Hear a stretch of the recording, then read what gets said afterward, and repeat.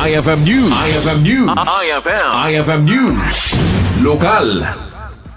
Impakaamo ti gobyerno munisipal ti Paway ti publiko nga epektibo itangal daw Agosto 10 agsubli ti munisipyo ti panaketong pal iti 4-day work week schedule kas paset iti wagas ti gobyerno iti panangkonserba iti enerhiya kasungbat iti agtultuloy nga napanagnato iti presyo ti petrolyo.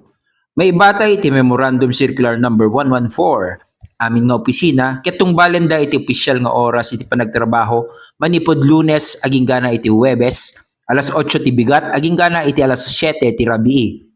Agtultuloy ti panagandar ti Rural Health Unit wenno RHU, Local Disaster Risk Reduction and Management Office wenno LDRRMO, ken Municipal Slaughterhouse.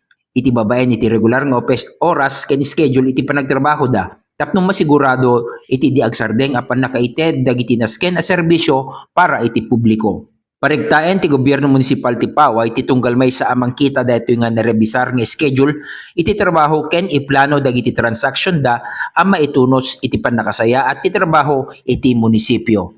Para iti IFM News, Idol Glenn Batuyong tatak IFM.